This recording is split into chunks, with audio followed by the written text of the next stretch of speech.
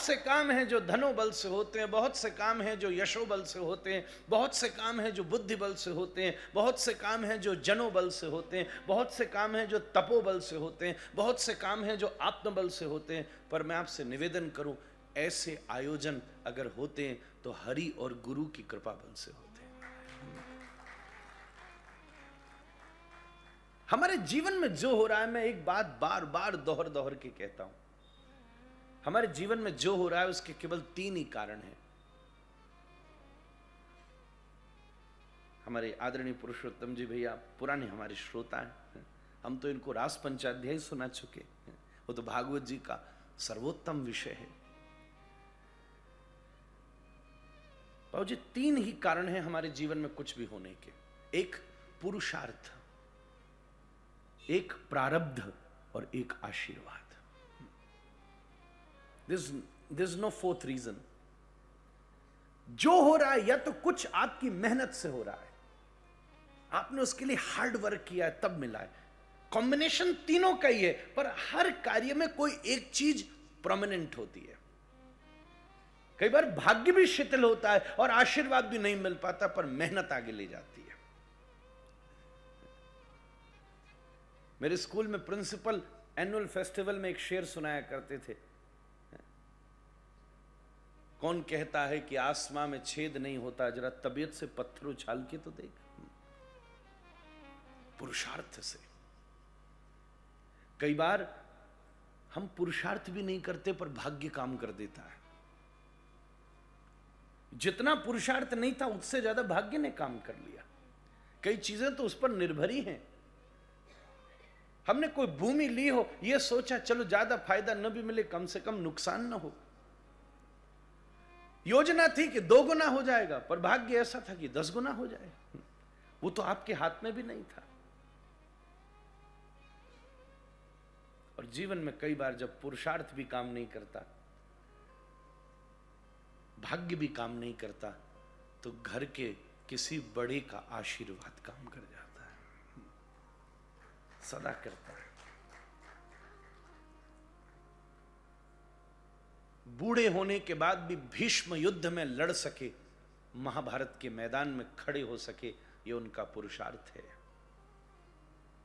इतने पराक्रमी होने के बाद भी पूरा शरीर तीरों से छलनी हो गया, क्योंकि यह उनका प्रारब्ध है। द्रौपदी को बचा न सके तो भुगतना होगा, पर तीर लगने के बाद भी इतने महीने कृष्ण की प्रतीक्षा कर सके, ये उनके पिता का उनके ऊपर आशीर्वाद है। नहीं तो कैसे काम बनता। भगवद कृपा लेशाद्वाह, नारद जी ने भक्ति सूत्र में ये बात निवेदित की है। गुरोर भजन विक्रमाद, ऐसी दिव्यता केवल हमारी संकल्प से नहीं बन पाती। मुझे आदरणीय विनोद जी कह रहे थे कि आप यात्रा में हवाई जहाज पर थे और मनोरथ हुआ। मैं आपको सच्ची बात बताऊं, मैं अपने जीवन की, मैं तो एक बार एक बहुत बड़ा प्लेटफॉर्म है टेड, उसमें भी मैंने ये बात निवेदन की थी। मेरे जीवन के तो बहुत सारे कार्य हवाई जहाज में ही हुए, क्योंकि वो आसमान में होता है। पहले ऋषि योगी पर्वत पर जाते इसलिए थे। बचपन में मेरे गुरुजी ने मुझे एक बड़ी अच्छी साधना बताई, और मैं लगे हाथ आप सबको भी बता दूं। सभी लोग यहां यात्रा करते हैं, भैया लोग भी बैठे हैं, सब बैठे हैं। जब बिल्कुल हवाई जहाज चरम पर पहुंच जाए, ऊपर ज्यादा समय भी नहीं हो, अवसर लगे तो 2 मिनट सही अपने गुरु के द्वारा प्राप्त मंत्र का जप कर लीजिए, करिए। क्योंकि आप उस समय ऊंचाई पर हैं, और ऊंचाई पर पुराने लोगों ने जब वाहन नहीं थे तब पर्वतों का चुनाव किया था। चेतना विकसित होती है। सूर्य की किरण इस धरती पर पहुंचने में 8 मिनट 13 सेकंड लेती है। मतलब आप जिस सूर्य को देख रहे हैं ना, वो 8 मिनट पुराना है। पर आप जितनी ऊंचाई पर होते हैं वो अवधि कम होती जाती है, और चेतना आपके भीतर उतनी तीक्ष्णता से विस्तृत होती जाती है।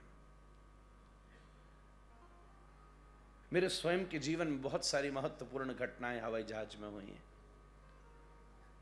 मेरे आदरणीय पिताजी का जब शरीर शांत हुआ तो मेरे जीवन का बहुत बड़ा परिवर्तन लौटते समय उसी हवाई जहाज में हुआ था। मैंने उसमें उसका वर्णन किया है।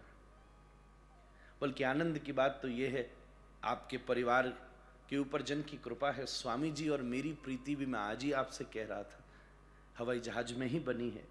मैं और वो साथ ही ट्रैवल कर रहे थे एक बार। बहुत सारी ऐसी घटनाएं घटी हैं और मुझे लगता है उसी श्रृंखला में एक और कड़ी जुड़ गई कि आपको भी उसी हवा में पवन पुत्र ने अपनी सबसे प्रिय हरि कथा करने का संकेत कर दिया और उन्हीं की छत्र छाया में आज ये भव्य आयोजन यहां संपन्न हो रहा है।